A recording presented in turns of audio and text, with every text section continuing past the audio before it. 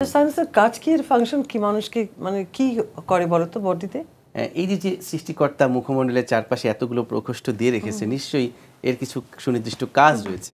আপনি খেয়াল করুন, আমাদের যে স্কেলিটাল সিস্টেম, এই যে মুখমণ্ডল, ঠিক আছে, এটা তো বোনস আছে, একটা খুলি, তাই না? তো তারপরেও কি আমাদের কাছে মনে হয় যে এটার কোনো ওজন আছে?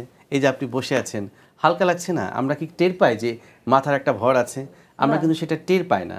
অর্থাৎ সৃষ্টিকর্তা এমন সুন্দর একটা আর্কিটেকচার আমাদের মানবদেহের মধ্যে রেখেছে, স্পেশালি সাইনাস, এই প্রকোষ্ঠ দিয়ে, যার ফলে আমরা এই মুখমণ্ডলের যে ভর সেটা কিন্তু বুঝতে পারি না। অর্থাৎ আমাদের পুরো মুখমণ্ডলটাকে হালকা রাখার কাজে ব্যবহার করছে এই সাইনাস। এরপর আরেকটা গুরুত্বপূর্ণ কাজ হচ্ছে, এই যে সাইনাসের মধ্যে যে ফাঁকা যে জায়গাগুলো, এটার মধ্যে থাকে বাতাস। হ্যাঁ, এটার মধ্যে বাতাস থাকবে, যে বাতাস, প্রত্যেকটা সাইনাসের মধ্যে কিন্তু বাতাস রয়েছে প্রকোষ্ঠের মধ্যে।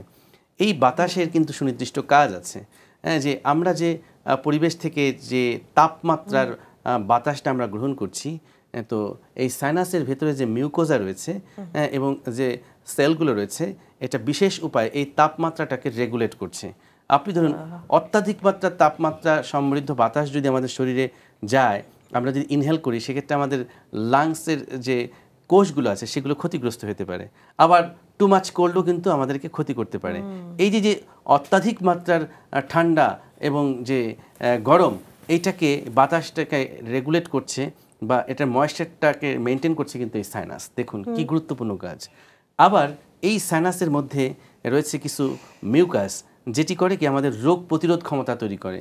কি করে? এই যে আমাদের শরীরের মধ্যে যদি কোনো অর্গানিজম ঢুকতে যায়, সাইনাস থেকে এক ধরনের মিউকাস নিশ্চিত করে ওই অর্গানিজমগুলোকে এনগাল্প করে সেটাকে কাশির মাধ্যমে, হাসির মাধ্যমে আমরা কিন্তু বের করে দিচ্ছি। হ্যাঁ, তো এটা কিন্তু আমাদের একটা প্রোটেক্টিভ মেকানিজম হিসেবে কাজ করছে। পাশাপাশি যেটা আপনার জন্য আজকে খুব প্রযোজ্য, এই যে যারা ভয়েস আর্টিস্ট, সিঙ্গার, কণ্ঠশিল্পী রয়েছেন, এই যে এক একজনের ভয়েস কিন্তু এক এক রকম, তাই না? আজকে আপনার গান শুনলে কিন্তু আমরা বুঝতে পারবো যে এটি ফাতেমাতুজ জোহরার গান শুনছি, তাই না? আবার আরেকজনের কণ্ঠ শুনলে বুঝতে পারবো যে এটা তার কণ্ঠ। এই যে এক একজনের ভয়েস যে এক এক রকম, যে রেজোনেন্সের উপর কিন্তু এটি নির্ভর করছে। ভয়েস রেজোনেন্স এক একজনের এক এক রকম, বা অনুরণন, ভয়েসের যে একটি অনুরণন তৈরি হয়, এই অনুরণনটা তৈরি করে কিন্তু সাইনাস।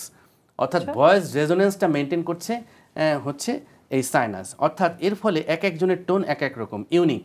সো দ্যাট এটা যে কতটা ইম্পর্ট্যান্ট এই সাইনাস, এটা আসলে একজন চিকিৎসক হিসেবে আমি বুঝতে পারি।